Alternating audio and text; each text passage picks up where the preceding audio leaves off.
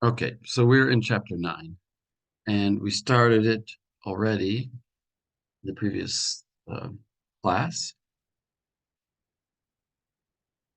Um,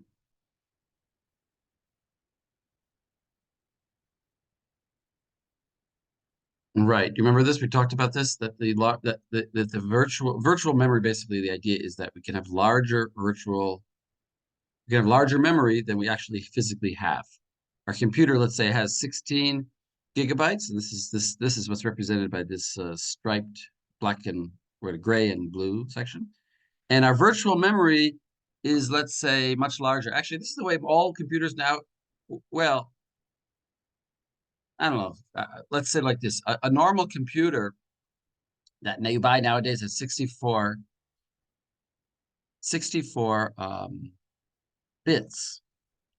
What does it mean it has 64 bits? It means that it can address 64 different possible places in memory. It could be either be all zeros up to being all ones. Well, 64 ones is a huge number. 64 ones is a gigantic number. There's not a chance that your computer that you own has that much memory. So actually what you have is a circumstance where your virtual memory is that 64-bit range from all zeros, address all zeros, to address 64 ones. And that is going to have to be mapped by this memory mapping to the actual physical location where it is.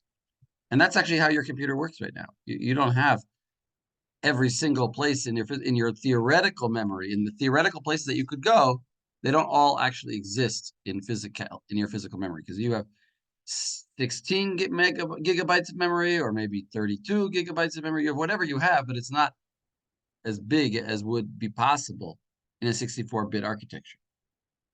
So you have this virtual memory. In this case, what we're saying is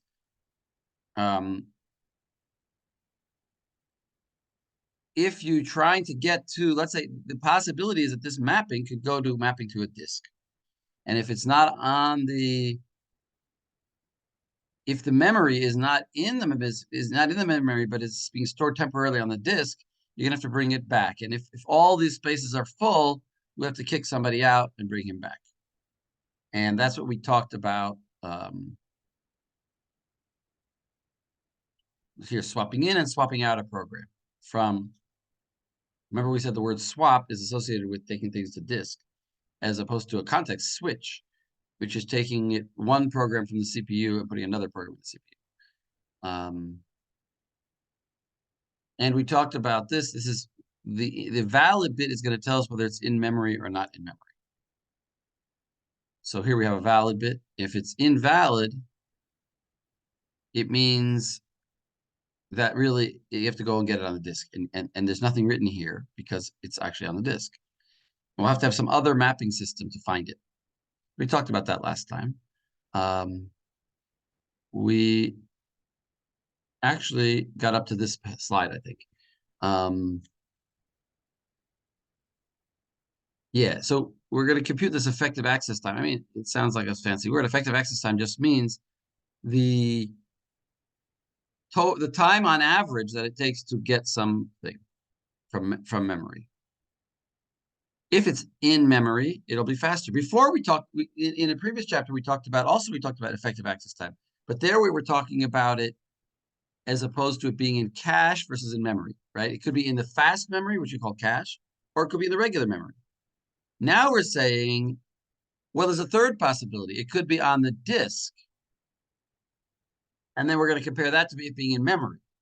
We didn't put all three together. You could put all three together. What percent of the time is it in cache? What percent of the time is it in memory? And what percent of the time is it on disk? That would be a great test question, actually, right? In other words, combining the two things that we did. Sometimes the memory is in cache, and then it's the fastest. Sometimes it's in main memory, and it's a bit slower. And the third possibility is on disk. And we can have all three different rates. I mean, it's just simple algebra. So what do? We just say, if, for example, the access time is 200 nanoseconds, that means to the memory. That's why it says memory access time. Average page fault service time. So in other words, if I don't find the page in memory, it's going to cost me 8 milliseconds. How much is millisecond? 8 milliseconds in nanoseconds? I love these questions. Milli is if you knew Italian, you'd know that mille is mille lira. Back in the days when Italy had lira instead of euros, there was how do you say, a paper, a bill called 1,000 lira, mille lira. So 1,000, mille is 1,000. Like a millimeter. How many millimeters in a meter? 1,000. So nano is billions. So 8 milliseconds is a big thing. 8 milliseconds is 8 million nanoseconds. Is that clear? Because this, like, the 8 milliseconds is really a big chunk of time in the terms of nanoseconds. In the world of nanoseconds, 8 milliseconds is a lot of time. So I'm just saying, so you don't write by mistake, one, sometimes people get it all backwards and they say it's like, 1/1,000,000. I don't know, whatever. This is the way to think about it. The milliseconds are big compared to nanoseconds. So you got to so 8 milliseconds is a lot of nanoseconds. Okay, so if we compute and we say that here we're just assuming that we don't know the ratio. P is some random number, is some unknown number. It's an unknown. So we work out this whole equation and we get this number. In other words, what are we saying? 1 minus P? Because that's saying, some percent, 1 minus some number which is between 0 and 1. So that's like 0.5. So 1 minus 0.5 is 0.5. And times 200, that's how many times? 50% of the time we find it in memory. And the P is 50% also. So 50% of the time we find it on the hard drive, and it takes us 8 milliseconds. So we put all that together, and we get that the EAT will be P times 799. In other words, nanoseconds. 200 nanoseconds plus P times this amount of nanoseconds. And then we say like this: if one access out of 1,000 causes a page fault, then what do we get? So that means P is 1,000. Question? What do you say, Siri? In other words, we have a page fault in 1,000 very few times, 1 out of 1,000. So that means that this P over here will be 1 out of 1,000. So it'll be 1/1,000. So we basically take this number, P times 6999, and divide it by 1,000, which means we drop off 3 decimal places. So we're left with 7999, which we're just going to change into 8. So it's 8P. That's 8. The P is already gone now. So 8 plus 200. In other words, it's going to be 8 comma 200 in what unit? Nanoseconds. If we convert that to microseconds, that'll be 8.2 microseconds, because a microsecond is a millionth of a second. So it's a slowdown of a factor of 40. Why do we say that? This is confusing. Why it says 40? Because 40 times 200, which is the fastest rate we would have, should be 8.2. Is that right? That makes sense? Approximately. Not exactly, but approximately. If we wanted the performance segregation of less than 10%, so we would have to have a P of 0.000. We'd have if we wanted to have that because what's going on here? I just want to point out what is the basic math that we're trying to show. What are we? The slide is really not about math. It's really about showing a point. And the point is that since it's so expensive to go to the disk, we want it to be very rare. And even if it's only 25 out of I don't know what this is. 2 times out of a million, 2.5 times out of a million that we have to go to the page, it's still going to cause us a 10%. It's going to be less than 10%, but it's still going to be approximately 10% loss of speed. So we really we don't want to go to the disk very much. Okay.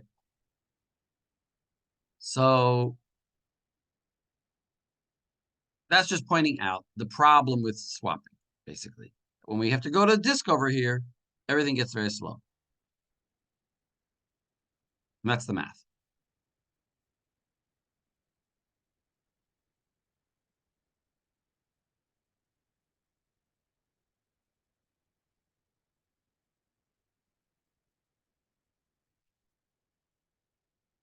Now, I'm going to skip this slide. This is just saying how it's implemented on various operating systems. You don't have to know.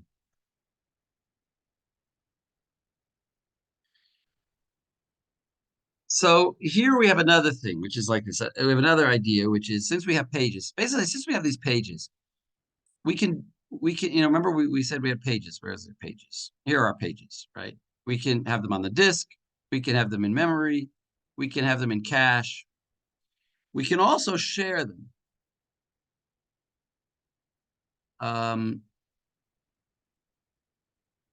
So for example, remember I said we talked about sharing them before, if you remember. I don't know. Are you guys following me? I don't know.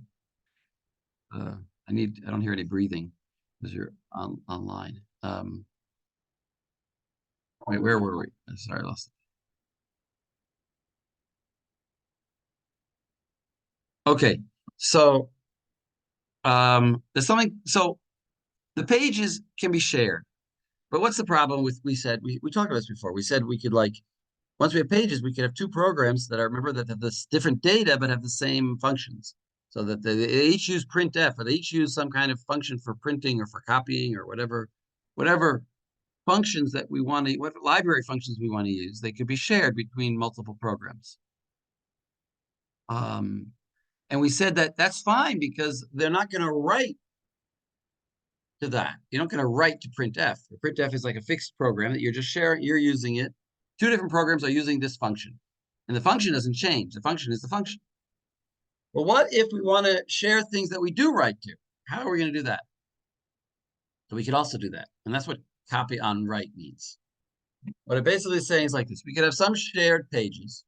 And if nobody modifies the pages, then nothing, then they just share it. But if one of them modifies, and the minute he modifies, we make a copy. And we say, okay, now as copy on write, we make a copy when one of the programs decides to write to that shared location. Now he's going to have his own copy, and the other one's going to have a copy of it without the changes that the one made. So that's the concept called copy on write, which means basically the point is keep sharing as long as you can. And the minute somebody changes his version, then give him his own copy. And that's called copy on write. So this allows for more efficient process creation. In other words, we can create a process much faster this way because we don't have to copy so many pages from the disk into memory. You only have to copy, it could be that we made a child process that's using all the same pages as the parent. We can immediately create the process. We don't have to make any new data for him. He's just going to use his parents until he starts changing the data. And then as he starts changing data, we'll create copies. Of course, it's going to mean that the process, as he does create changes in the data, it will have to slow down because we'll have to create him. The operating system will have to jump in and create him a page. So it'll save us startup time. He'll start faster, but it potentially could make the runtime be slower because as he's running and changing things, we have to make new memory for him. Which, by the way, is something you should have you didn't think about when you learned the introduction to the programming. But when you create an array at runtime, like you say, you make an integer array, that happens at runtime at the beginning, and the program will then just run. It doesn't have to do anything. But if you use dynamic memory allocation in the middle of your program, all of a sudden your program is going to slow down a bit. It's going to have to create that memory for you while it's running. That slows down a program. Here it's going to slow down even more because we're maybe copying from a disk. We don't know where we're copying from. Anyway,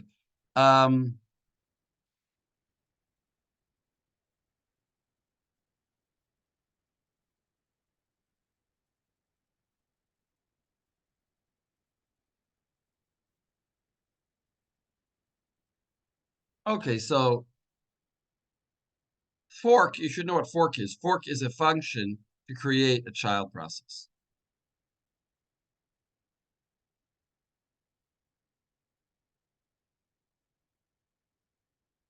All right, that's enough about copy on write. Okay.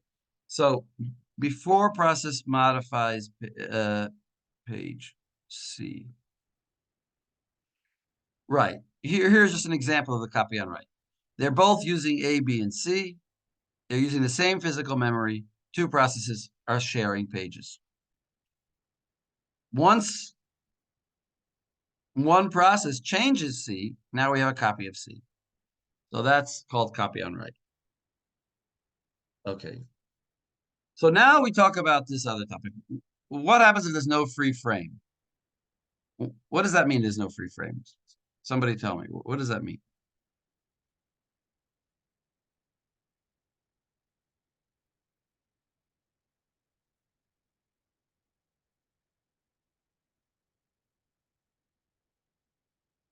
What does it mean there's no free frame? What are free frames? When do we need free frames? What are free frames?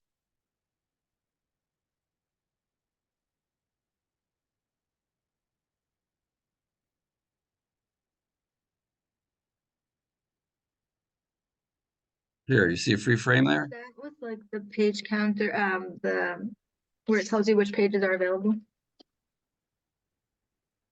Yeah, there's a list of free frames. But what happens to the list? The question is, what if the list is empty? That means that there's nowhere available to add code. Nowhere, you're right, nowhere available for that code, but nowhere in where? Nowhere where? In what thing is there no? What thing is full? Page table. No, not the page table, no. Look at this picture here.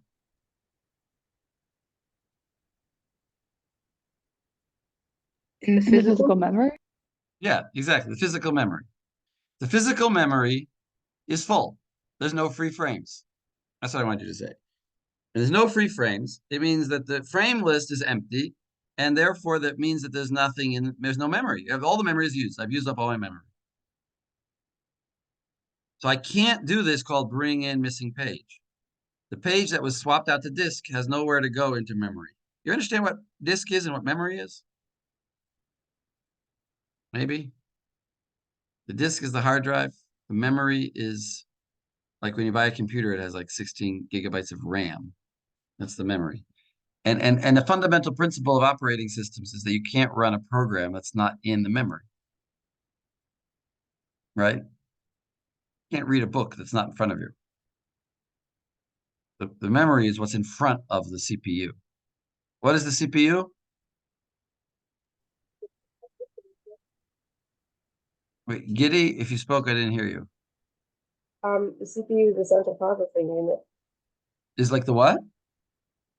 That's the brain. Yeah, the brain. Yes, it's the brain of the computer. Yes.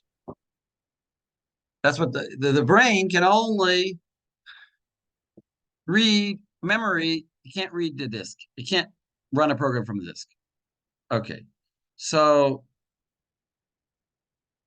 now we say what we have been assuming up till now is that we can always load a page from the disk into memory.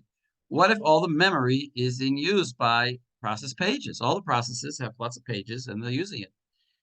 Or maybe it's in use by the kernel or IO buffers. I mean, there's other use. Memory is not just used by your programs. It's also used by the kernel, which is the operating system. It's also used by buffers for input output.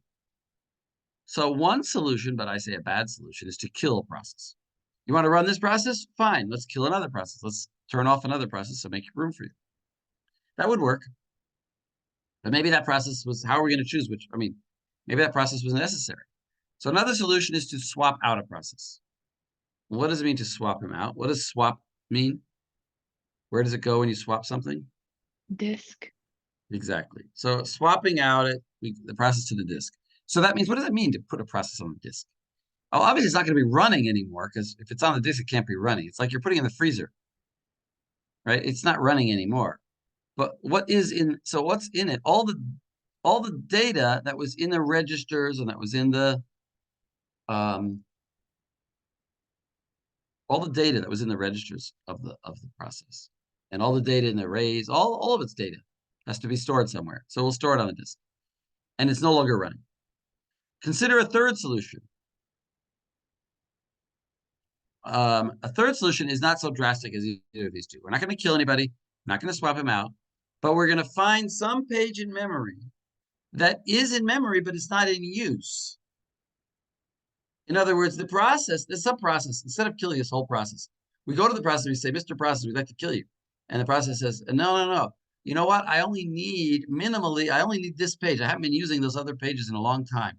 Matter of fact, those pages are just in case he types some error, and I have to have an error message. And I have to have all kinds of code to deal with this error that he does.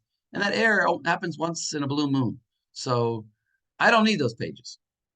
So if the operating system could somehow keep track of which pages are frequently used and which pages are not frequently used, he could say, this page, nobody's used it in a long time. It's like what my phone does. My phone sometimes tells me, there are apps that you haven't used in 6 months. Can we delete them? Right? So we're not going to delete a program or turn off a program or swap it to disk. We're just going to say, let the program keep running, but he doesn't need all of the memory that he's been allotted. Some of the pages that have been allotted to him, he doesn't actually use them that much. So let's put them on the disk. And worst case scenario, if he needs them, we'll bring them back to the disk and he'll be able to keep running. So we copy, so that's what it says here. Copy the page to swap. When I say to swap, it means to swap space on the disk. Mark the frame as invalid. Now we have to tell somebody that it's no longer here. So it's invalid.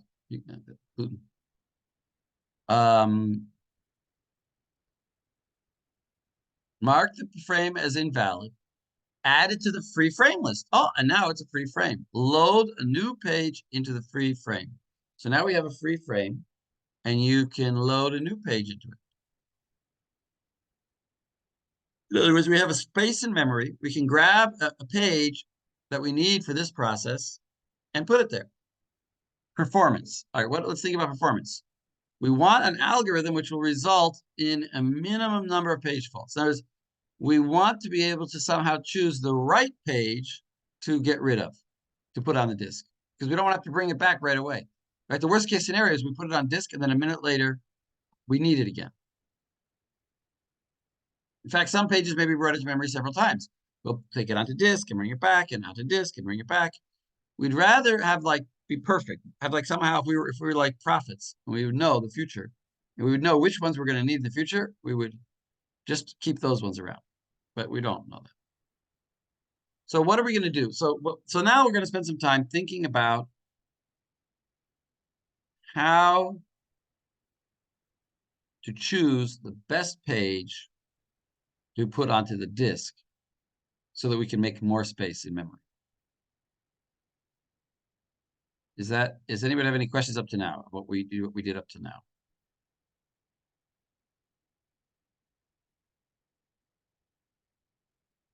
Okay. So let's see some ideas. These are some ideas, page replacement ideas. In other words, ideas related to or ways of going about figuring out which pages to keep. And why is this chapter is called virtual memory? Why is this called virtual memory? Because we're talking, the whole idea of putting a page onto the disk is called virtual memory because it's no longer, it's pretend memory. So if a page has not been written to while it was in memory. So first of all, let's observe this. If there's a page that is in memory and has not been changed since we copied it from the disk, so there's no need to copy it back to the disk. We could just delete it or to overwrite it. As we don't have to copy it back to disk. So actually, pages that are what we call clean, they haven't been modified. When we do choose them as a victim, they'll be a better victim because they don't require us to do any work of copying them back to the hard drive because they're already on the hard drive. When we copied it from the hard drive into memory, we didn't delete it from the hard drive. It was still there. It was just a copy. So we've got currently 2 copies of it, one on the hard drive and one in memory. And as long as they're identical, that means the one in memory hasn't changed. We don't need to copy the one in memory back to the disk. It's already on the disk. But what if it did change? Well, if it did change, then we've got to if this page is going to be reused by somebody else, we're going to have to copy the page back to and overwrite what's on the disk because it needs to know about the changes. So we use what's called a modify or dirty bit. I like to call it a dirty bit. It indicates that the page has been modified or that the page is dirty. To reduce, and this will save us time. If it's not dirty, we don't have to copy. Only modified or dirty pages are written to the disk. Pages that are clean, that have not been altered, you can just delete them. Page replacement completes the separation between logical and physical memory.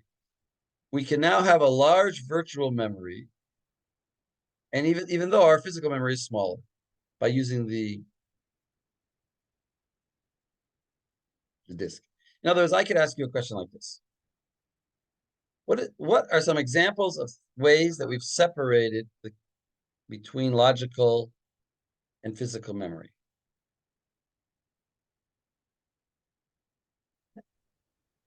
A frame, What did you say? a page, Well, page is not a good answer, no. I mean, a page, yeah, you have a page. But what about a page?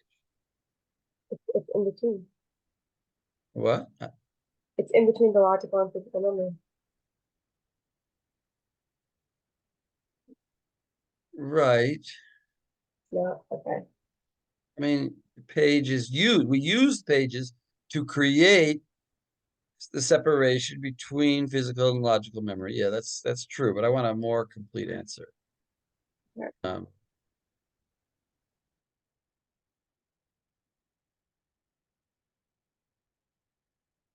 I mean, the real thing is page table. By having a page table, we now mean that the logical address and the physical address are not the same. So that's one separation. And then the second one is what we're just discussing now here, which is by using the disk, it's not only that the addresses are not the same, I could have a logical address that's not even there at all. In other words, in the first scenario where in chapter 8, when we were talking about just memory, we were not talking about this. We were just saying it's in a different location. So I need a page table. So there's a separation in the sense that the number for the logical address is not the same as the number for the physical address. Because there's a page table which differentiates between them. Now we're going one step further and we're saying the page isn't even on the disk. It isn't even on memory. The page isn't even in memory right now. It's not that the address is in a different location than I thought. It's not in any location. It's on the disk, and I have to find a location when I want to use it. So that's what it means to say we've completed the separation. In other words, there's this logical memory, and it's not anywhere in our memory. It's on hard drive. Okay. So basic page replacement. So what do we have to do to replace a page? First of all, you have to find the location of the desired page on the disk. You got to go to the disk and find it. Then you got to find a free frame in memory. If there is a free frame, use it. If there's no free frame, then use some page replacement algorithm, whatever it may be, some method of deciding, and to select a victim frame. Now, we should choose a frame that we are going to remove from memory and put on the hard drive. What algorithm could we do? Well, we'll see. For example, we could use an algorithm like least recently used.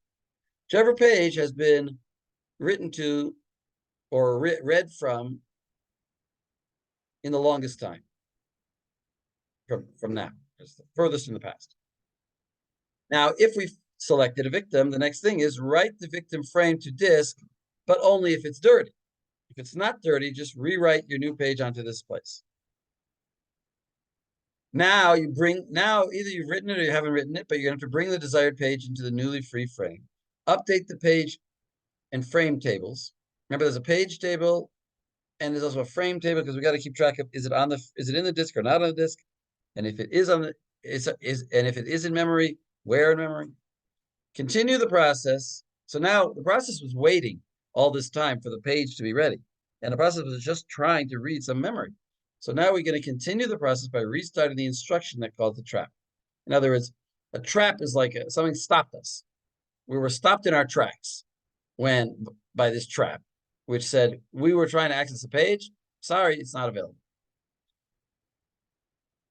Note that now we have potentially 2 page transfers for a page fault, which is increasing our effective access time. What does it mean, 2 potential page transfers? What are the 2 transfers?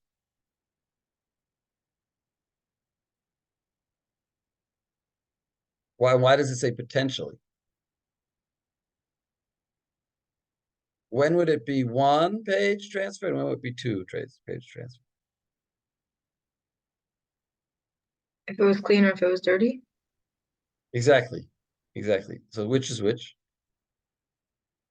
If it was clean, then it's 1. If it was dirty, it's 2. Exactly. And the page transfer is slow.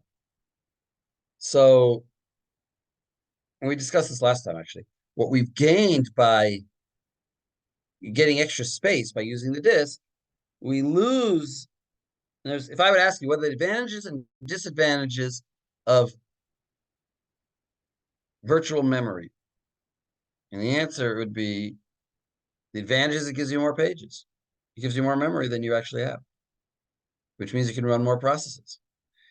The disadvantage is that if you do, in fact, use the disk, it's going to slow down the run of your programs because you're going to have to bring and copy back and forth pages while the programs are running.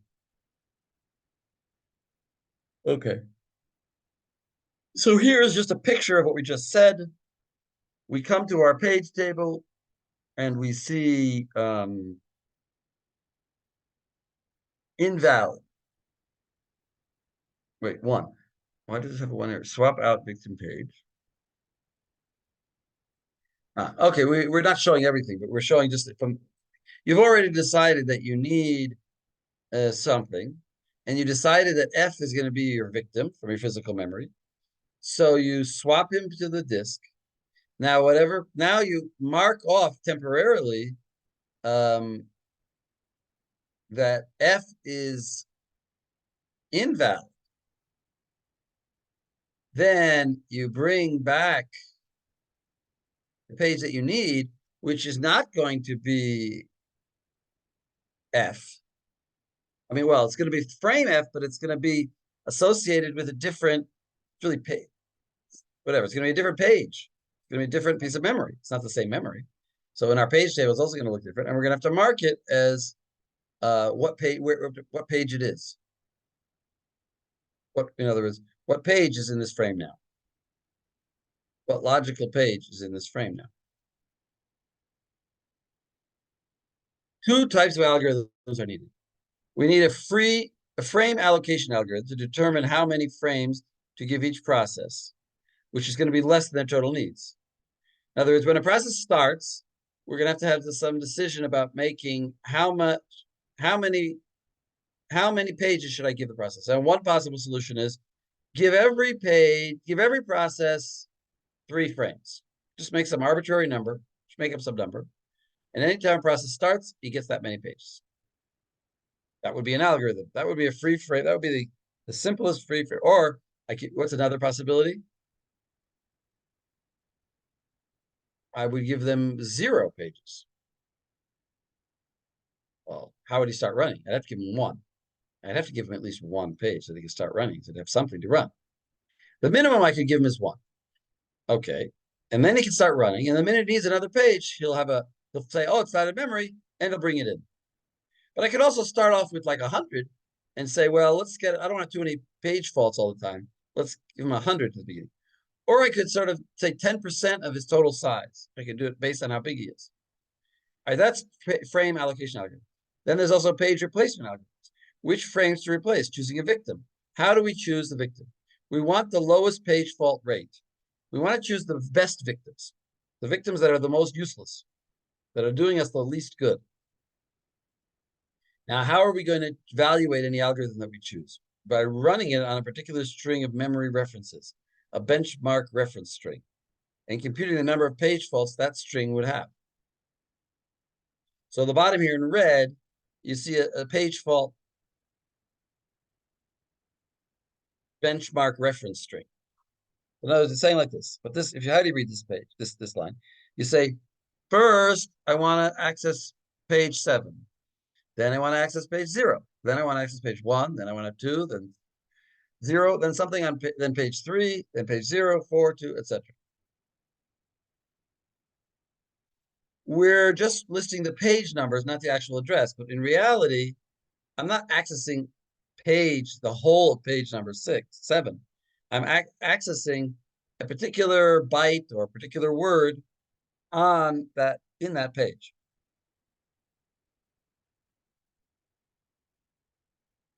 Repeated access to the same page does not cause a page fault. Right? If I can keep going to the same page as many times as I want, that's not a page fault. Okay, so what does this say? This says this is the number of frames going across here. If I give it more frames, then my page faults, let's understand this graph. What does this mean? My page faults will go down. If I give it one page, you're gonna have a lot of page faults. Every time he tries to go to another page, I'm gonna have to take out the current page and bring in another page. So it'll be page faults a lot. As I give him another page, gonna get a little bit better. He's gonna have fewer page faults. If I give him a third page, it's gonna be even better. Fourth page, even better. Fifth page, if I give him a 6th page, it's not gonna really make much difference. You know what this is called? You probably heard this phrase before. You didn't, but this is an example of it, which is the law of diminishing marginal returns. Diminishing marginal returns? Never heard that expression? No? This is an important concept in economics, but also here. In other words, the marginal return, the marginal benefit I get by giving him more frames is getting smaller and smaller. It was a big advantage to go from 1 page to 2 pages. I got much fewer. I got half as many. I went from 15 to 7, half as many page faults, and I just have to give him one more page. If I give him another page, I go from 7 to 5. Not such an advantage. As I keep giving more resources to the process, I get less benefit. This is a common feature in reality in lots of areas. Diminishing marginal returns.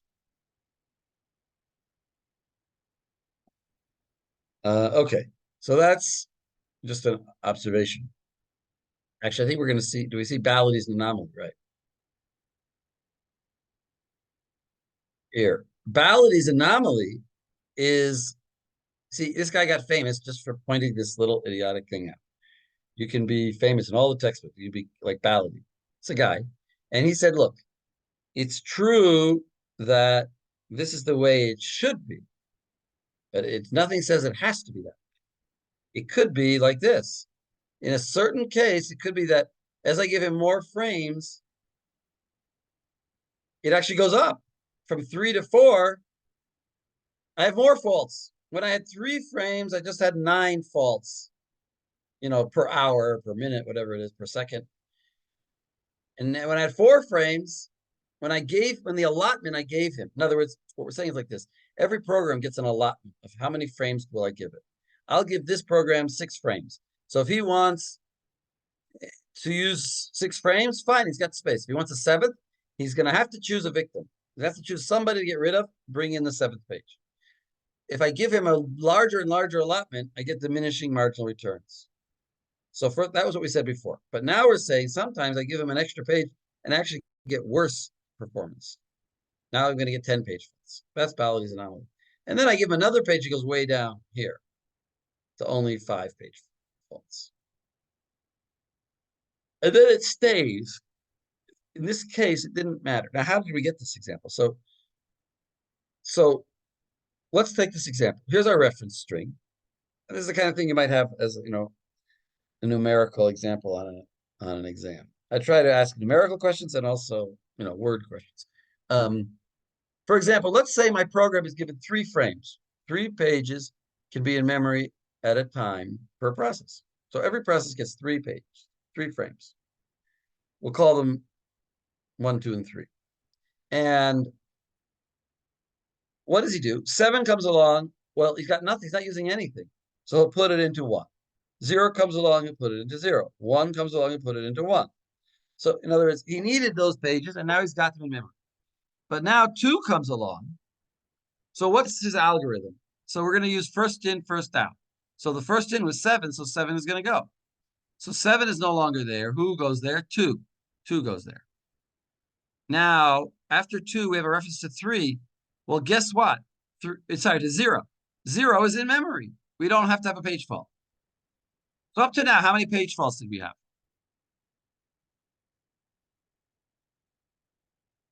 We had 1 for 7 to put him in. We tried to get 7. He wasn't there. 0, 2, 1, 3. Then 2 came along. We had another page fault. That's 4. Then 0 came. It wasn't a page fault. So it's still 4. 3 came along. We're going to have to get rid of 0 and put in 3. So we have now 5 page faults. You see over here, it's written 15 page faults.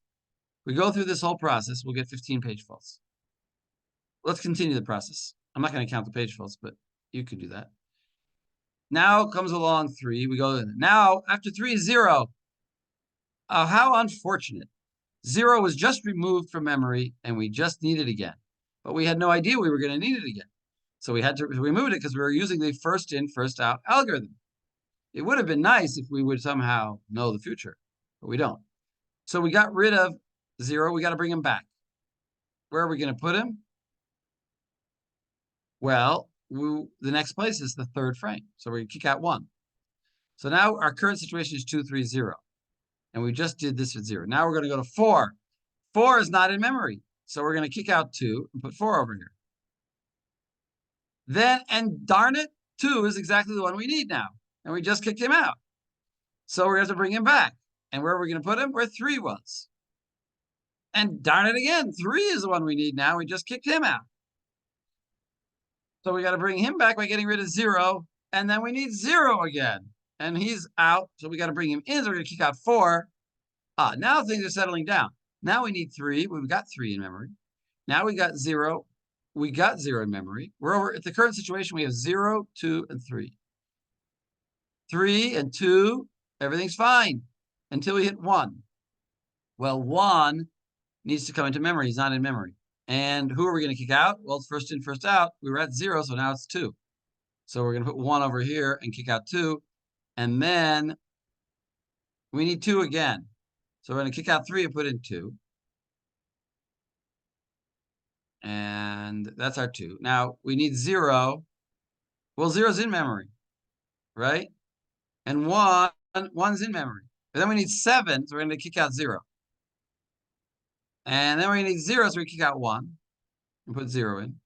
And we just kicked out 1, but now we need 1, so we're going to kick out 2. So how many page faults? So this is 15 because 1, 2, 3, 4, 5 times 3, 15. Each number there is a page fault. Does everyone see that?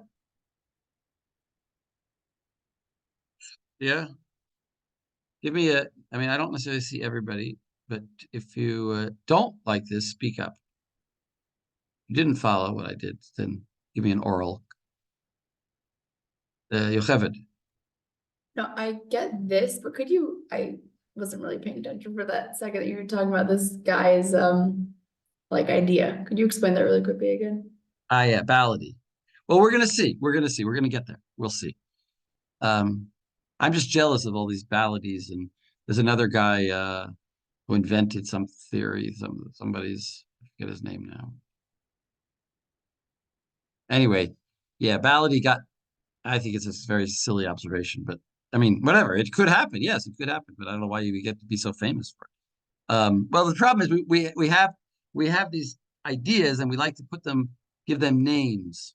In economics, there's something called the Laffer curve, L-A-U-F-E-R, because a guy named Laffer talked about it. It wasn't such a big deal, but whatever. We like to give names to these things, so we call the values. Well, we'll get to it in this example. So wait, can vary by reference string. Consider this reference string.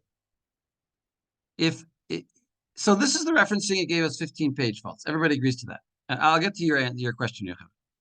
can vary by string reference. Consider 1, 2, 3, 4, 1, 2, 5, etc. So in this case, I don't know, I didn't work this one out, but you could work it out. This, yeah, we actually, maybe we do have to work it out. No, we're gonna do this string, reference string. Wait, is this the same one we had? This is the one we just did, right? 7. Yeah, this is what we just did. This is what we just did. And each time there's a page replacement, we put this blue. Oh, so really what we have to do to understand the next chart is actually do this one. Because I did it once with a class. We can do it. Here, yeah, let's do it as a homework assignment. Let me stop the recording. Not a homework assignment, in-class assignment. Isn't that fun? Pause, resume recording. Okay, so I want you to write in the chat. Oh, here I see. Here's the chat. So we're seeing now for the blacklist how many page faults there were for 3 We and how can't many see page other faults. girls. We I can't know. see You okay. can't see other girls? Great. Then that's perfect. Then I can look and you guys can't know. So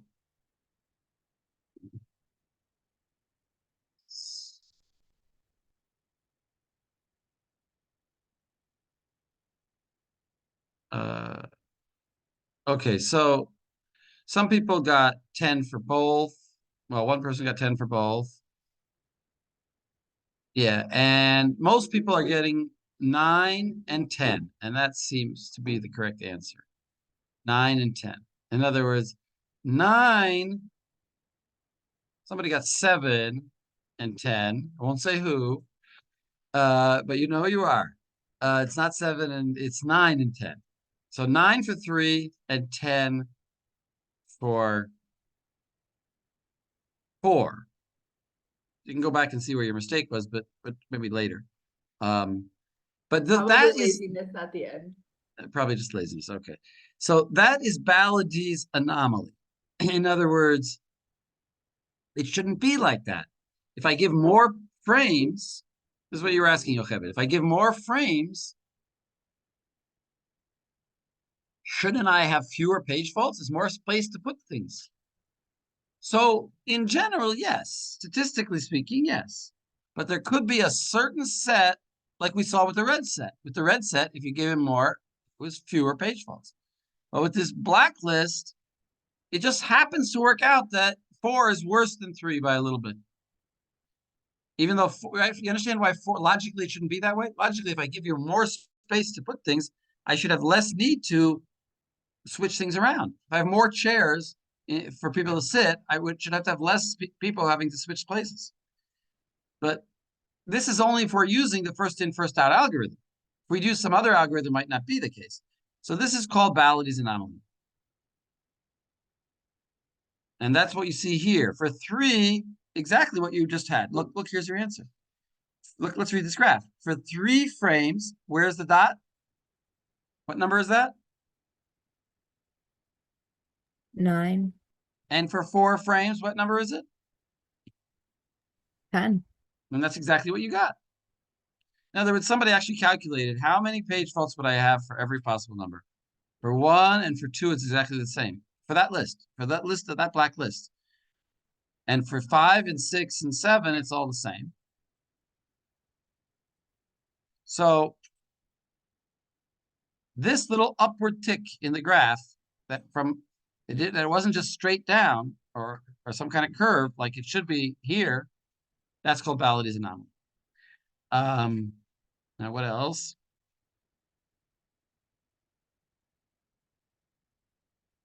Right.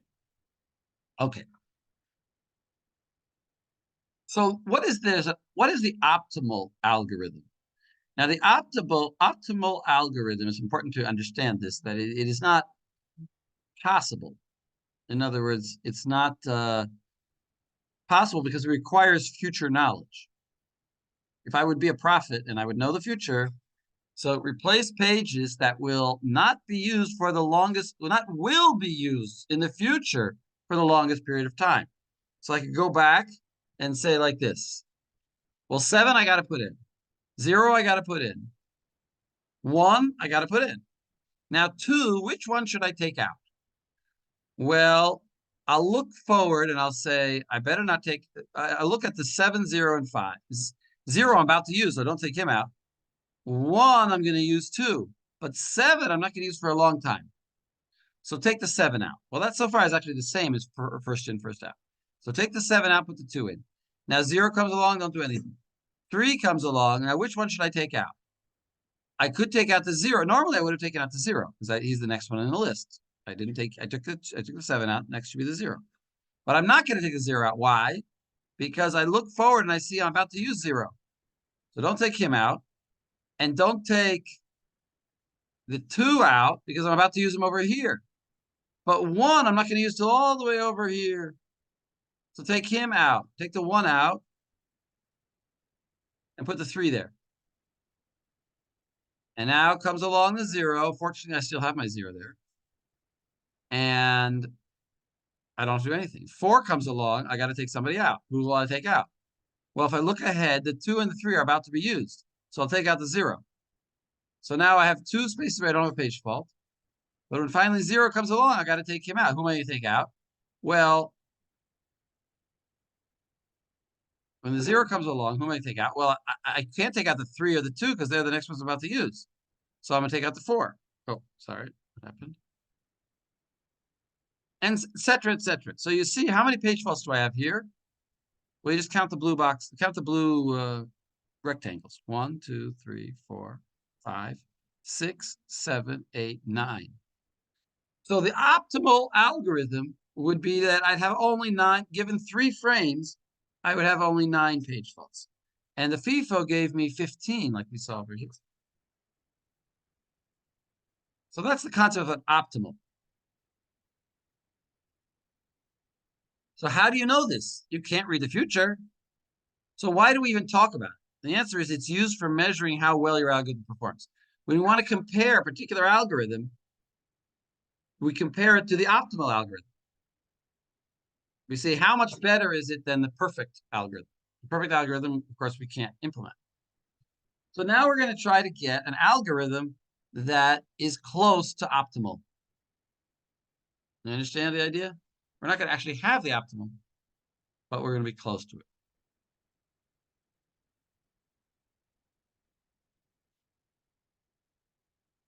You see, I just want to point out something about the course. The course is a little bit, parts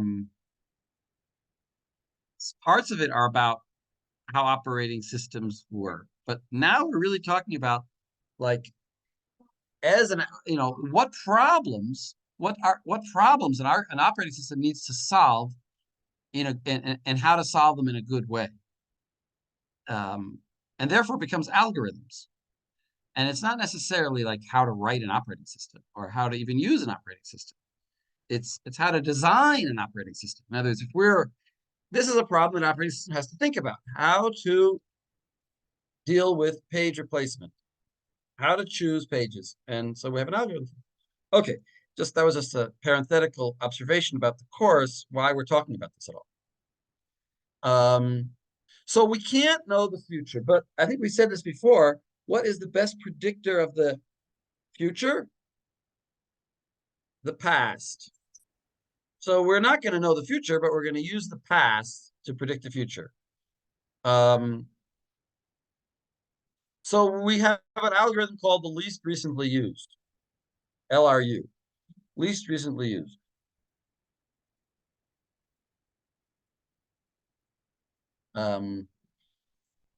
So use past knowledge rather than future. Replace pages that has not been used in the most amount of time.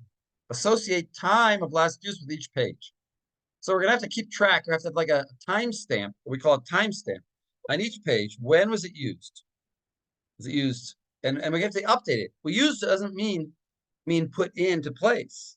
It doesn't mean loaded. Used means last time it was referenced. Last time somebody tried to read or write to that page. So here's our reference string, the same string we've been using all along. And we say 7 goes in, obviously 0, 1. And now we say, who are we going to least recently used was 7. He was only used over here. So we'll replace him and put in 2. Then 0 comes along. Well, he's already in. 3 comes along. Who was recently used? Not 0, because 0 was just used. And not 2, because it just used. So 1 was least recently used. So we're going to replace 1 over here. And we're going to put the 3 down over here. So it's 2, 0, 3. By the way, it would be interesting to give you as a homework assignment, write a program that does this, like give it a string and it computes, it prints out at the end the last allocation like this, 107, and how many page faults there were. Right? You could do that.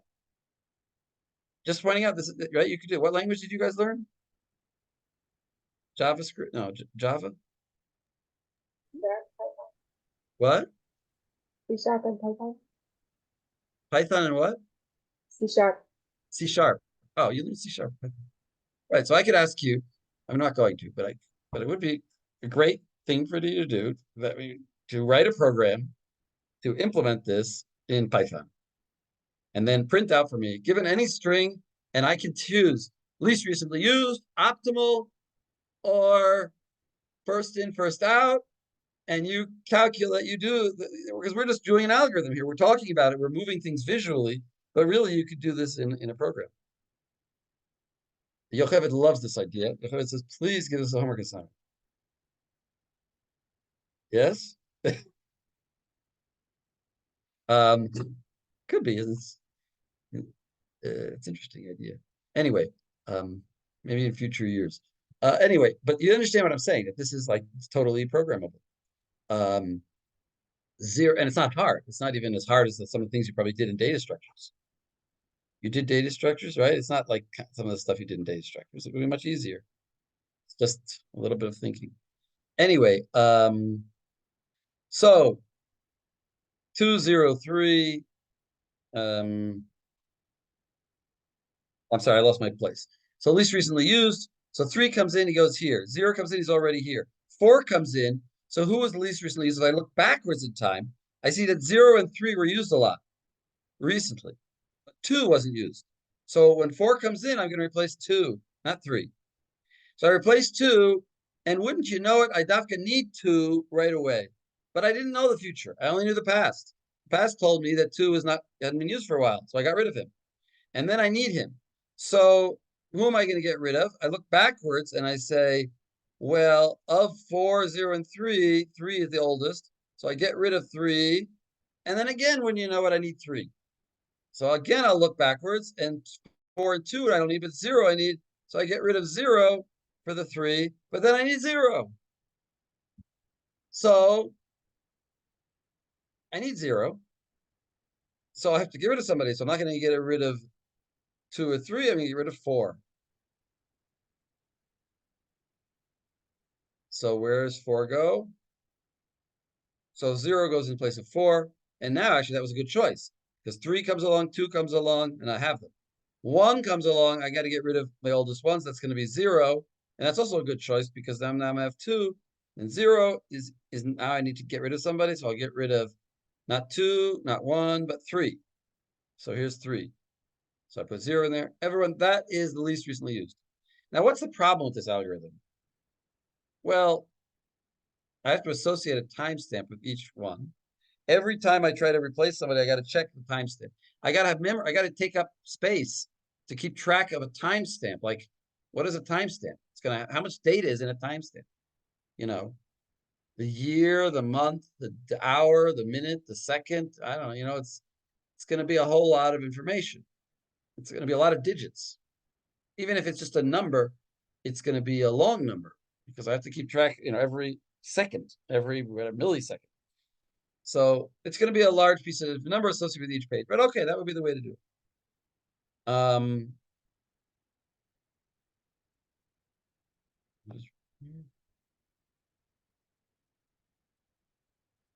So here's just explaining the algorithm. We kind of did it visually. Look at the counters to find the smallest value.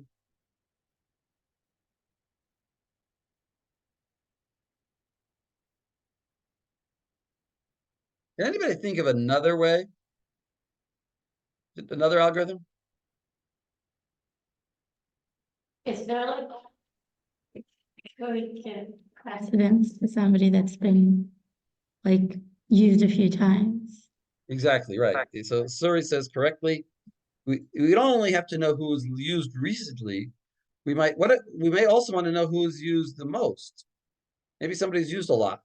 That would also maybe be relevant.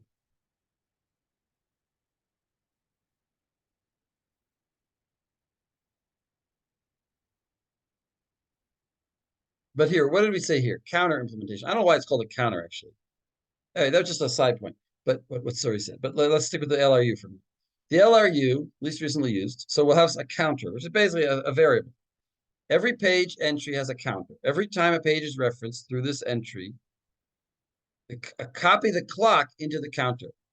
So the current clock time will be, let's say the clock is now 7, now it's 8, now it's 9. So we'll put, if it was referenced just now, then we'll put 9 in. And if somebody else was referenced, we'll put 10 in there. When a page needs to be changed, look at the counters, find the smallest value. The smallest would be like the 9, not the 10. That means he's older. He was there earlier. Search through table needed. In other words, I'm going to have to look at, if I have 100 frames, I'm going to have to check 100 values to find the smallest one. There's no order. It's not it's a linear search. It's not a binary search. Stack implementation. These are just ways of writing the program.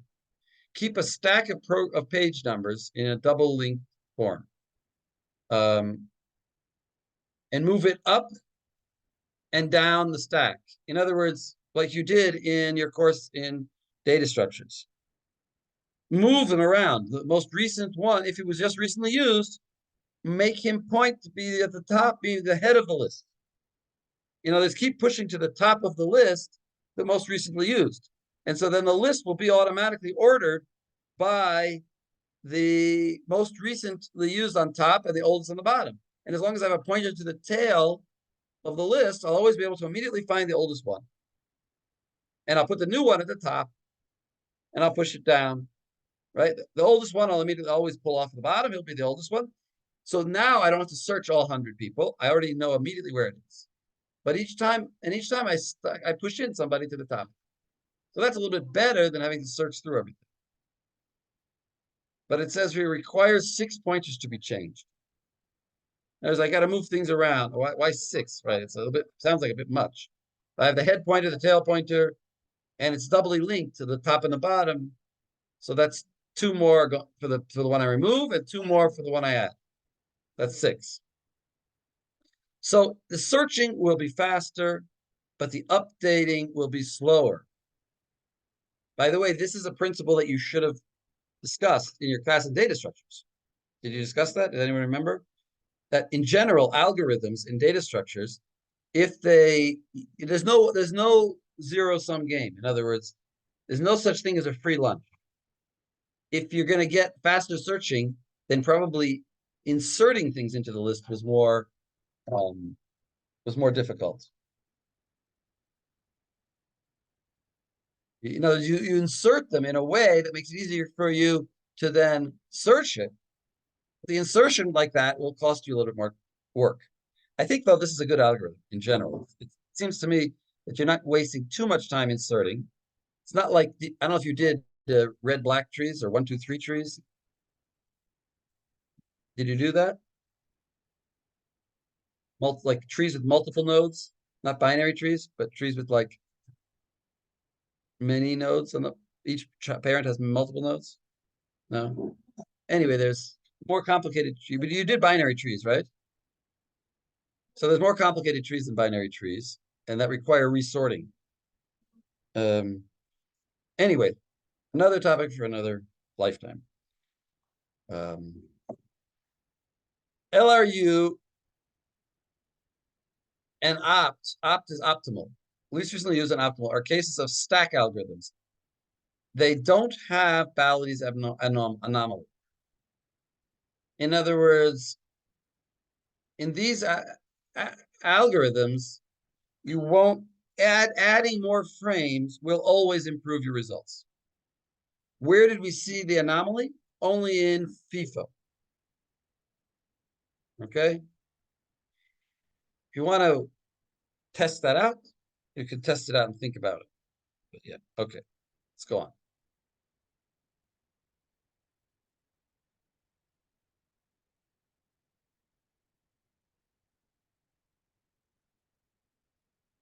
So here's the stack. I was describing it in the air. Here's actually a slide of it. Same thing. Here, 4 comes in. He goes into the, right, when 4 came in, the stack was empty. Just to understand this, why it's like this. The stack was empty when 4 came in. So then 7 comes in, he's in the top. 0 comes in, he's above him. 7 comes in, well, 7 is referenced, but he's already in there, so he doesn't sound like we don't, well, what are we going to do? We don't necessarily, sorry. After, fine. I shouldn't start here. I should really start over here. Let's say we're at A, and what do we have in our stack? 2, 1, 2, 1, 0, 7, 4. Okay, 4 being the oldest. And up till now, we had space to put all of them in, right? We have a big enough stack to put everybody in. We're not worried about like kicking people out of it. And now what happens? 7 comes along and he's being referenced. Now, you might say, do nothing. He's in the list. No, but we need to keep track since 7. If we get, let's say, number 8 comes along, we need to kick somebody out of the frames because we only have 5, and 8 comes along. We need to know who to get rid of. And who should we get rid of? The person at the bottom.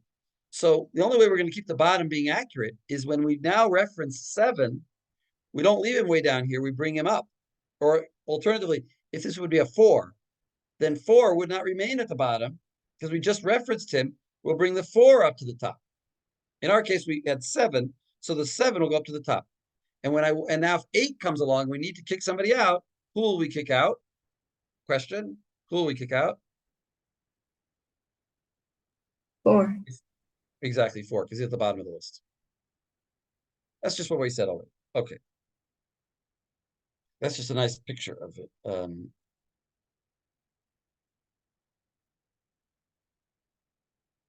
Now, I guess this algorithm we just said is like too much work to implement. Or it requires too much memory. We have to move every time we have a reference. Every single time we have a reference, we may have to adjust our list, right? Every time, all of a sudden, he's on the top. All of a sudden, right? 2 is on the top. Why is 2 on the top? Because he was just referenced. Why is 1 on the top? Because he was just referenced. In other words, every time we have somebody referenced, he's being pushed up to the top. We're constantly moving around our stack, and it's expensive. So we don't actually like this algorithm. So we're going to do a new algorithm, which is called LRU approximation algorithm, which is not strictly speaking LRU, but it's going to come close. But wait, let's take a 5-minute break before we go into this. Okay. So what we said was that the least recently used algorithm is maybe too difficult to do because we have to keep track of we have a lot of data associated with each page, and there may be hundreds or thousands of pages. And all that data is going to take up room, like if we're going to have an actual timestamp. So instead of having an actual timestamp, what we'll do is have just a bit.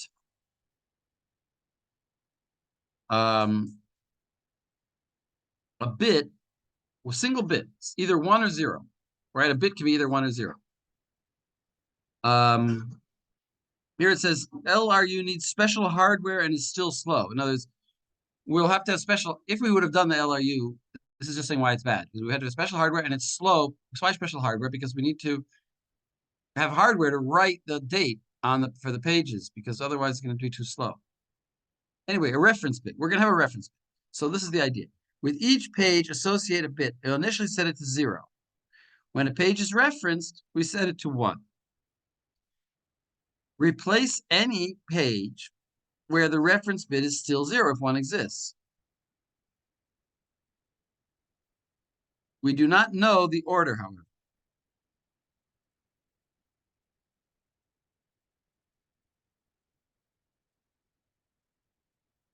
So we load a page in, and what's his number going to be? 0. Think about this. We load a page in, his number is going to be 0. Then we load another page in, his number is going to be 0. Then we need to replace one of the pages, let's say. So what do? Well, we choose either one of them because we choose the first one that comes along. The first one that we see, it's a 0, so we replace it. We put in a new page. Now, so far, this just sounds like random choice. But now let's say after we brought in page 1, we then referenced him again. So now his bit is going to go to 1. So now we're going to have some pages that were referenced again and some pages that weren't. Anybody who goes up to 1 meant that he is been referenced twice. Anybody who's still at 0 means he's only been referenced once. So we'll get rid of the ones who are at 0 because they've only been referenced once. And the ones who are referenced 1 means they've been referenced twice. So we'll keep those. Now, it could, of course, happen that everybody is referenced twice. What do we do then? Everyone's referenced twice, so there'll be 1s on them. And what do we do with them?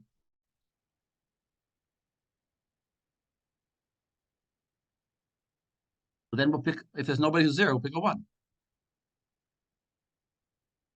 We'll bring somebody in, and now that new guy will be a 0.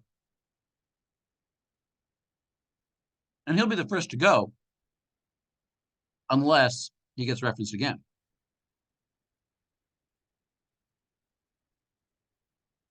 So we will have some kind of turnover where new zeros will come in, even if everybody becomes 1 eventually. But we don't know the order, right? In other words, when we pick somebody who's a 0, it could have been that he's not the best choice. We don't know. So it's basically just saying, is he old or is he new? We're not, instead of keeping a total history, we're just keeping track. Are they older or are they newer?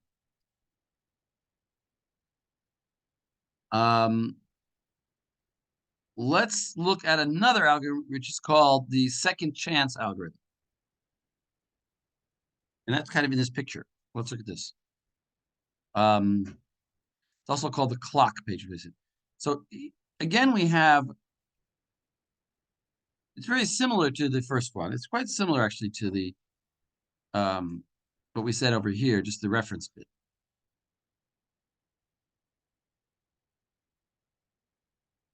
Maybe it's incorporated in the second, maybe the second chance is based on the reference bit, but let's see what we do here. We say it's like this. Here we have these reference bits. They came in, this page is 0, this page is 0, this page is 1, 1, 1. So if this was, let's say we have a pointer, and our pointer says, this is the page, this third page here is the next page to be victim. But because he's a 1, we won't choose him. Like we said, we're not going to choose 1s. So we go on. And we're not going to choose him, we're not going to choose him, we're going to go to this one, 0. Here we're going to choose him.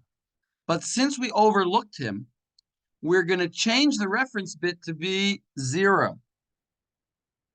To indicate that we've gone over, he's already gotten 1 stay of execution. You understand what I'm saying?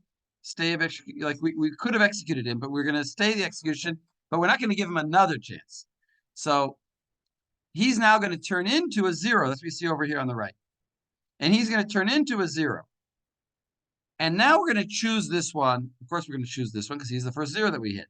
And our pointer is now going to be moved up to here. And if we have to replace another one, again, we'll choose this. We'll see this one as a 1, and we won't choose him. We'll see this one as a 1, we won't choose him. And we'll come back, we'll loop up, and we'll come back to the beginning again. And we'll say, oh, here's a 0, we'll choose him. Now, of course, in the meantime, it could be that these 0s change to 1s. Also, this one could have changed to 1. In other words, the ones that we turned to 0 here could have turned to 1. What will cause them to turn to 1? What will cause these 0s to turn to 1? When they're referenced. Exactly, a reference. Somebody referenced them. If as it's true that as before I needed a new page, in the interim, somebody referenced this guy. Even though I turned him back to a 0, he could come back to 1 again. I turned him from 1 to 0. He come back to 1 again if somebody uses it. So that means you get like a stay of execution, and the algorithm will go a loop through, and if it comes to you again, and in that whole course of time that it came to you a second time, you never were referenced in that whole period of time, then you probably haven't been used in a long time, and you're a good choice to be a victim. You know, we're giving everybody a second chance to stay in memory.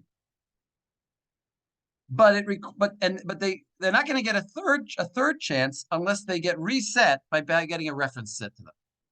That's why it's called second chance. It's a second chance page replacement algorithm, because we give everybody a second chance, and then he's got to go back up to 1 again, and then again he'll get a second chance.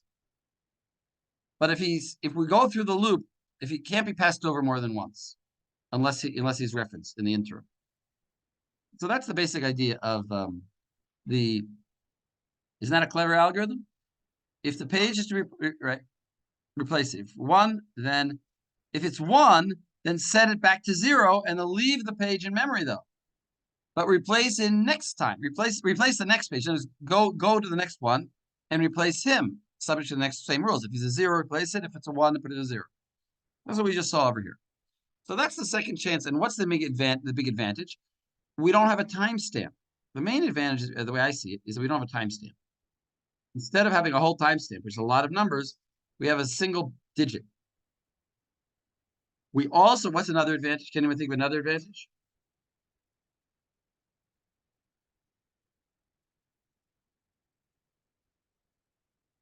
Another big advantage. What was the problem with timestamps? We didn't know the order. But we had to check every single one. Here, we don't necessarily have to go through everyone. We just keep going down our list. As soon as we hit a 0, that's the one we choose. We don't have to search everywhere. I mean, theoretically, in a worst case, we have to go all the way around.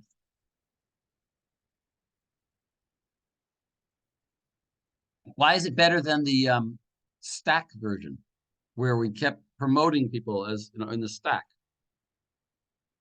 Well, we don't have to keep track of all these pointers and moving them around all the time. Or you could just go back around, like there's no like limit. Say what? I'm not sure I understood what you mean exactly. There's no limit. When you're finished the queue, you go back around. Like there's no end of the queue. Well, there was no end of the queue in the stack either. Here, the only reason it's this big is because that's the number of frames we gave him. Assuming we gave him 5 frames, then that's the size of our stack, and it'll always have 5 in it. And we'll always remove the top one. Oh, the limit of that. Right? We'll always remove the top one.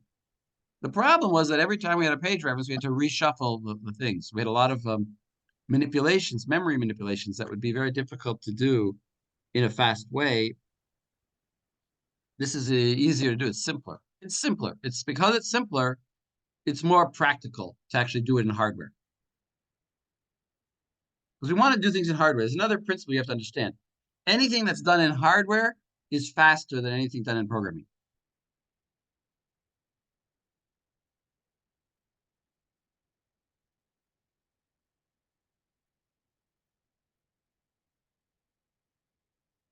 Oh, wait a second.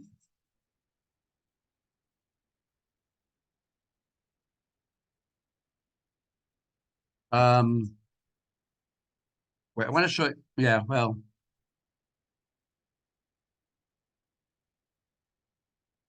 You want to learn the enhanced second chance algorithm?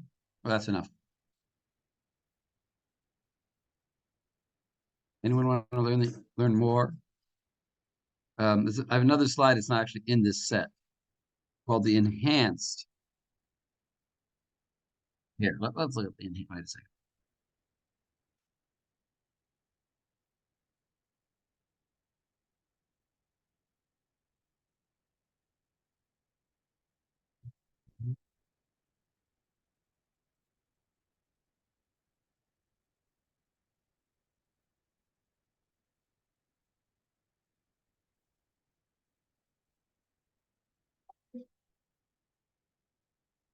Second.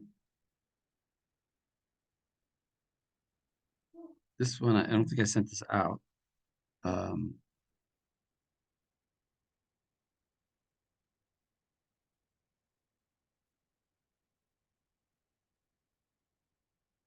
You see here? Wait.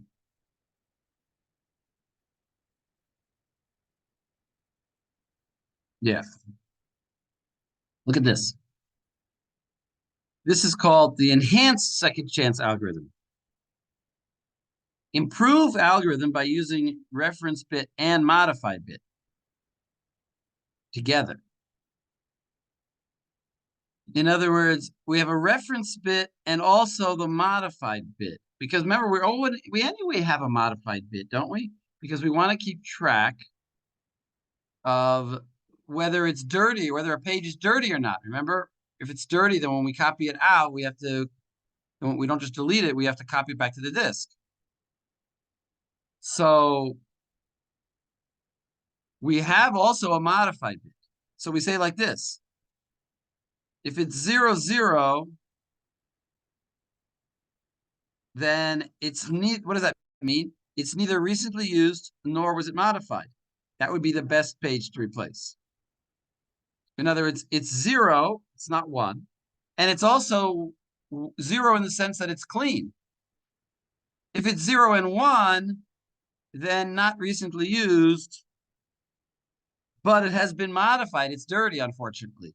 It's not quite as good because you're going to have to write it out. Then we have 1, 0, which means it's recently used, but at least it's clean. It'll save me time. And the worst case would be that it's recently used and it's modified. It'll probably be used again soon, and anyway, it needs to be written out before replacement, so it's really a bad choice. When a page replacement is called for, use the clock scheme, but use the 4 classes that we just described, the 4 types of cases, and replace page in the lowest non-empty class. But of course, this means we need to search the list more than once. In other words, we need to go through the whole list and look for 0, 0s. And then, if we don't find any 0, 0s, we have to go through it all again and look for 0, 1s. And if we don't find any of those, then we'll look at it all again and find 1, 0s. And again, 4th time, we'll finally find nobody is that. So then we'll just, actually, we wouldn't have to go 4 times. We would have to go at most 3 times plus 1 more. Because if we've gone through it, all of these, we know there's nobody that's 0, 1, then we'll just replace the first 1, 1 that we find. So this is an enhanced second chance, and it doesn't actually require any extra bits because I already have the modified bit. And we've added the reference bit. So we have a reference and a modified bit. We're just using them both. So this is just like an enhanced version that would be slightly better at choosing who the best victim should be, based on other considerations, based on the considerations of dirty or not dirty.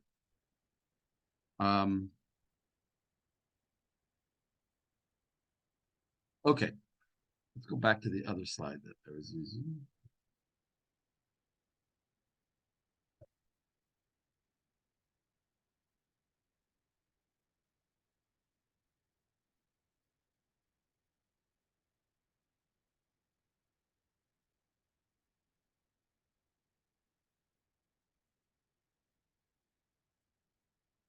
So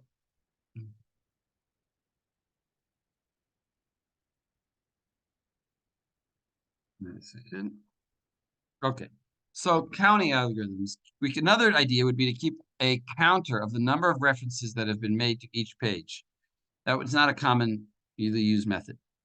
But in other words, we could just every time as a reference, just keep counting the counter, and then we would choose the one which has the least. Well, we would theoretically choose the one that's the least frequently used. In other words, replace, right, before we had most recently used. This is the other idea that we had. What about recents?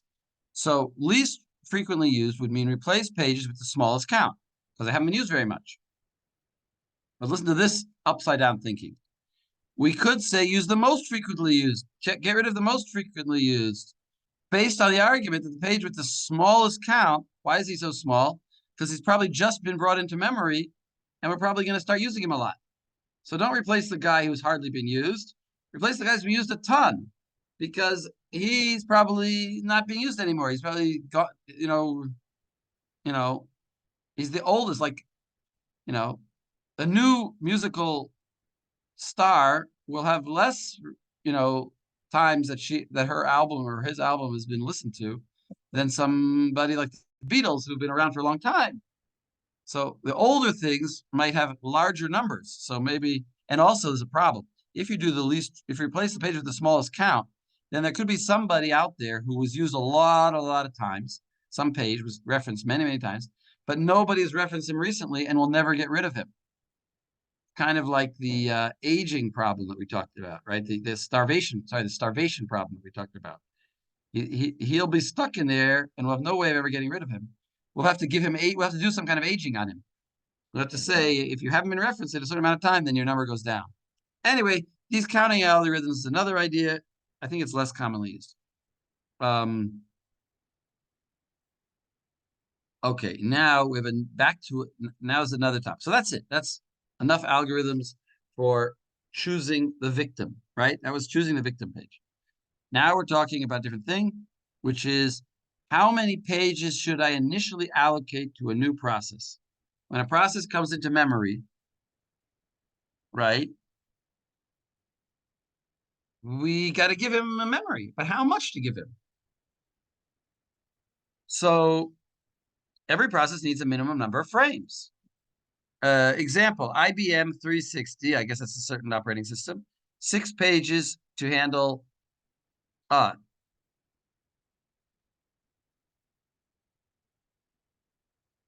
whatever. It needs 6 pages to handle a move, potentially.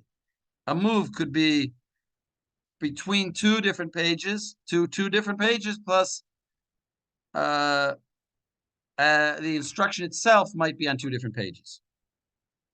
Why might the instruction be on 2 different pages? Because the instruction is, you didn't learn about, are you finally learning about instructions in computer architecture? You know what an instruction? You learned the add instruction, for example? Subtract instruction. How many bits are in an add instruction? Did you learn that? 4 bytes. 4 bytes. And each byte is 8 bits, so that's 32 bits. Exactly. But imagine if an instruction would be 6 bytes long. Then it's more than 4. It could actually potentially cross. It could be the last 4 bytes on one page and the first 2 bytes on another page. So the instruction itself could be 2 pages, plus the location that I'm going to could be on 2. Anyway, it could require 4 pages. So in other words, how many frames do I need to give it? I need to give it at least 6, according to this. Maximum. So the minimum maybe is, let's say, 6 in this computer. Maximum, of course, is total frames in the system. I can't give it more frames than I have. You take one program could take all the frames of the computer. Then nobody else could have any frames, and that would be the maximum he would get. The whole thing. There are 2 major allocation schemes, fixed and priority. Fixed just means that every program, when it comes in, we give it, 10 frames. Another one is priority. Some programs get 10, some get 20, some get 5. But essentially, we have all of our frames, and we're going to give a fixed number of frames to every program. And if a certain program needs more, no problem. He'll just swap out. He'll just use the disk drive to store his memory. Of course, this is not a good system because some programs maybe only need 1 or 2 frames, and some maybe need thousands of frames. So it would be nice to not just give everybody the same. So that's priority. But how do we know the priority is complicated? Okay, fixed allocation. So what is fixed allocation? Equal allocation. For example, if there are 100 frames on the whole computer, of course, after we gave to the operating system some frames, maybe he took 100, and then another 100 are left for all the programs. And now there are 5 processes. So we could say, give each one 20 frames. That would be one possibility. Another possibility would give everybody 18 and keep some free frames as a buffer, some kind of extra space. Proportional allocation. We could also allocate according to the size of the process. But then, and then it would change. We could actually dynamically change as the process uses more and more pages, we could give it more pages to have, more frames. And that would be dynamic. That's what dynamic means. Dynamic means changes while the program is running. And it changes as the degree of programming, of multi-programming changes. In other words, if we have more, what is multi-programming? It means as more and more processes come onto the system, as he starts running, he starts opening more and more tabs of his browser, then all of a sudden we'll give each tab less and less pages allocated to it. That's dynamic. It's in fluctuation. The amount of frames could be fixed, or it could be dynamic.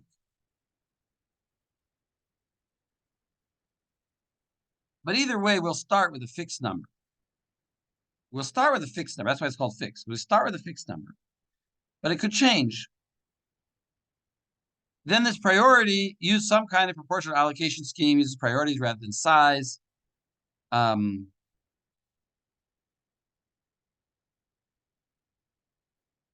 If a process generates a page fault, select the replacement for one of its frames. Select for replacement a frame from a process with a lower priority. In other words, we could take one of its own frames, and in order to bring in a new frame, we could get rid of his old frame, or we could steal one. We could steal space from some other lower priority process. I don't know how you would determine priorities, but let's think about this fixed one. The fixed one is that I give everybody a starting point, and then I could change it as things change. I give everybody a 20, and then as more and more processes come on, I may reduce it or increase it. And we're going to talk about this something called the working set model, which basically is a way of determining how big the number of frames each program should get. Let's go back. Again, the point was, in the fixed one, you have a fixed starting point, and then you can change the number of frames that you get as you run. Now, there's a concept called thrashing, which is whatever, operating systems concepts, which is if a process doesn't have enough pages, the page fault rate will be very high.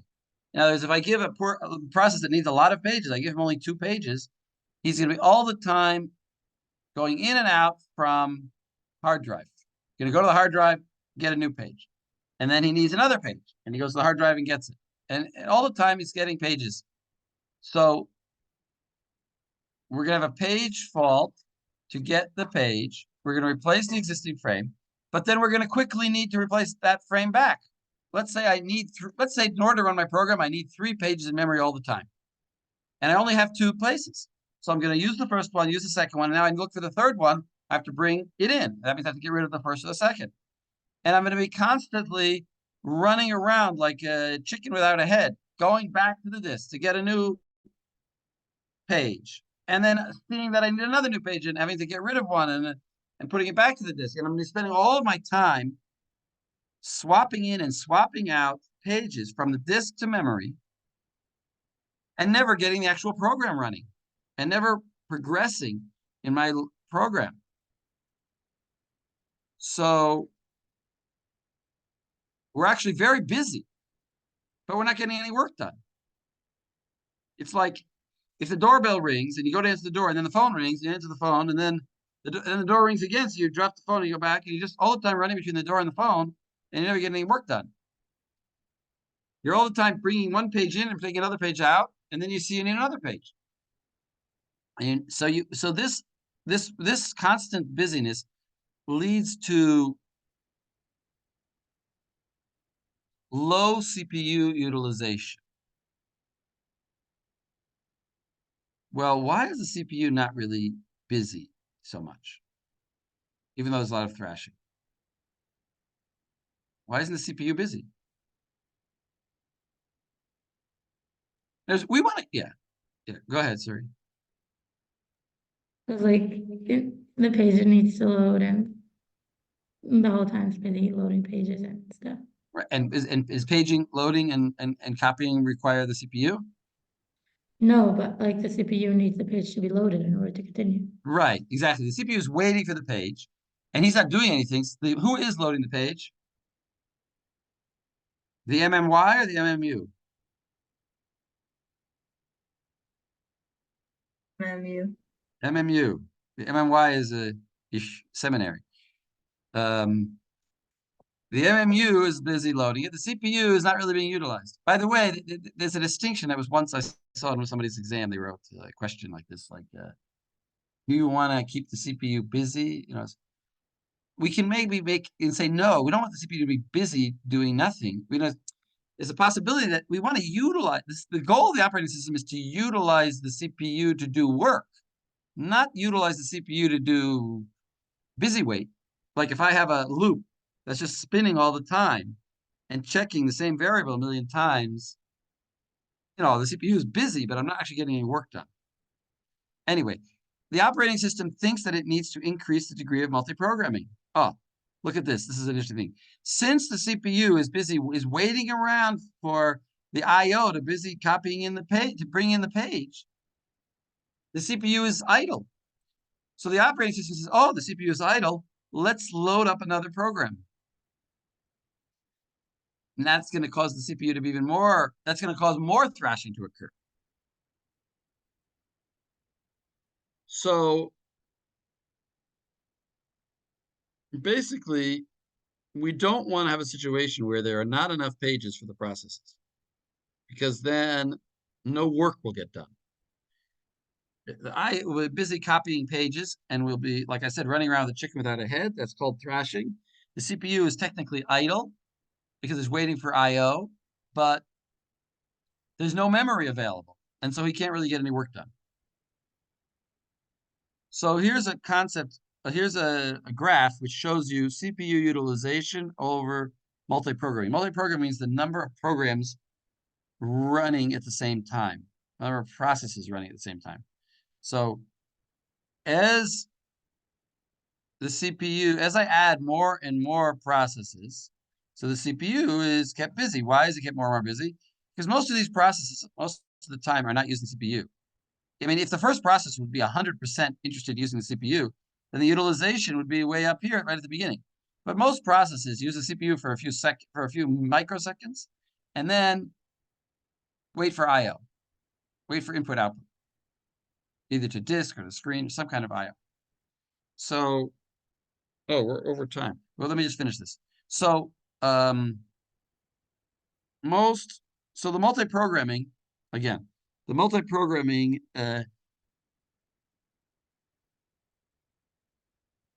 since the IO is available, since the CPU is available, we're going to add more and more programs. As the degree of more and more programs goes higher, CPUs is getting utilized better. That's wonderful.